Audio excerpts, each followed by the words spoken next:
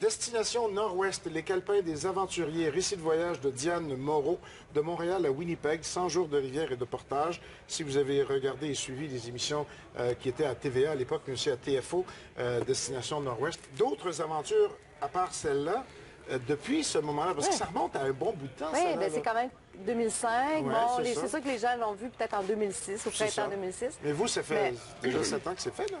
Oui, absolument, absolument. Mais moi, à chaque année, ou en tout cas, je tente, peut-être qu'on a sauté quelques années, mais à chaque année, je refais des expéditions assez importantes quand même. On a fait là, 5 semaines, exactement dans le même Mais celle-là, c'était la première?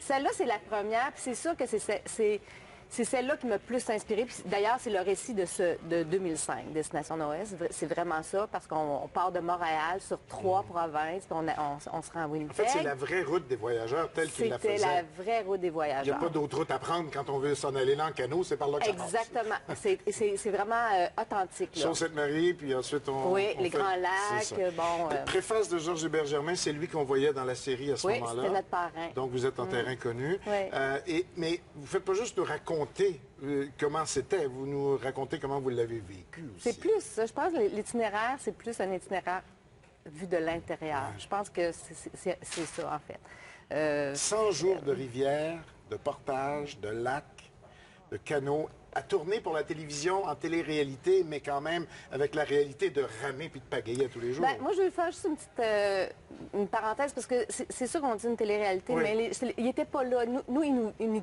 guidaient pas. Nous, c'est nous qui étions responsables de notre voyage. Eux, là, Non, vous n'étiez pas comme dans un loft avec ça. Ah, mais pas du tout. Puis ils disaient pas, mettons, si on se trompait, là, de rivière, là, ça faisait même leur affaire. Ils venaient pas nous dire, écoute, vous êtes trompés. Non, non, ben, on se voyait pas, là. On pouvait pas, même ils pas vous leur... suivaient, mais on pouvait même pas leur parler. Donc, puis c'était ça, ce qui était agréable, parce qu'on restait dans notre bulle de voyageurs.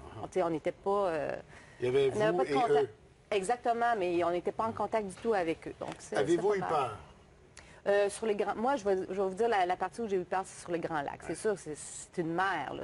On arrive sur les Grands Lacs, le petit canot... Les voyageurs avaient peur eux aussi. Oui, de toute façon, parce qu'on sait, là, on se dit, est-ce que le vent va se lever? Puis là, ça a changé votre vie si vous en faites à toutes les années. Ben moi, je fais des conférences. J'ai commencé à faire des conférences après ça, mais... Ensuite de ça, je dis, je peux pas rester juste accrochée, puis je vais aller voir si j'ai aimé ça autant que je pense. Puis finalement, j'en ai refait, mais puis c'est vraiment des routes historiques encore. On va dans l'histoire, on va dire, OK, là, ils ont passé là, les voyageurs, ou comme cet été, j'en ai fait, c'est les traces des Algonquins à Anishinaabe dans le parc La Vérandrie, on s'est rendu jusqu'à Ottawa. C'est vraiment une route historique, puis à l'époque, on se documente, on va voir qu'est-ce qui... Puis vous essayez de le faire le plus proche de la réalité de ce qu'ils vivaient à l'époque aussi. Vous n'avez pas là avec un canot en Kevlar, là. Non.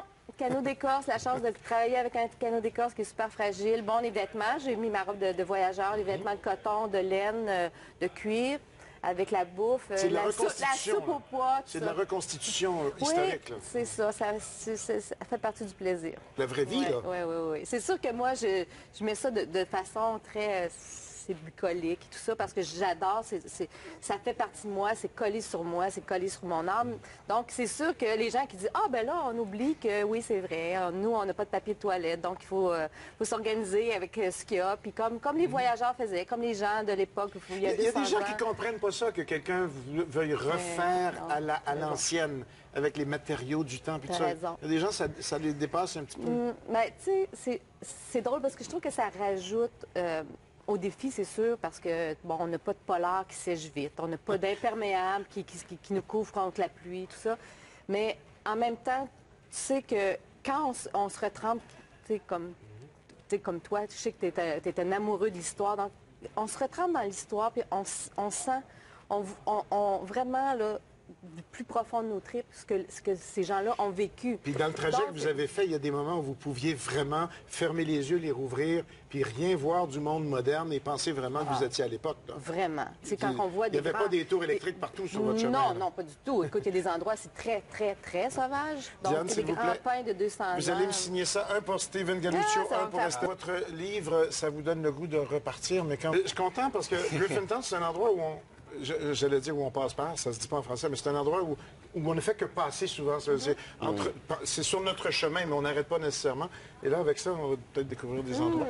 Et Diane Moreau, votre livre, ça vous donne le goût de repartir, mais quand vous l'avez en main, À quelle page vous ouvrez? Ah, mais écoute, moi aussi, j'ai la fierté d'avoir réalisé ça. Ce que je suis très fière, c'est que, bon, on a mis beaucoup de photos. Il y a une 75 photos à peu près, noir et blanc. Il y avait des caméras, les voyageurs? Ben, c'est-à-dire que ça, c'est comme l'accro, comme les femmes. Il n'y avait pas de femmes voyageurs, mais pour être c'est quand même, on vit dans un monde contemporain. Oui, puis on les voulait pour le livre aussi. Et c'est exactement. Donc, c'est sûr que quand on repart, même, il y a des petits accessoires comme ça qui sont incontournables, dont les téléphones satellites pour la sécurité, Ben oui, tout ça. Donc, il faut vivre avec notre temps et puis ça nous permet quand même de faire ça le plus authentique possible. Diane, merci beaucoup à tous les trois. Bonne chance Merci, avec au votre... plaisir. J'avais dit qu'il y avait un lien quand même.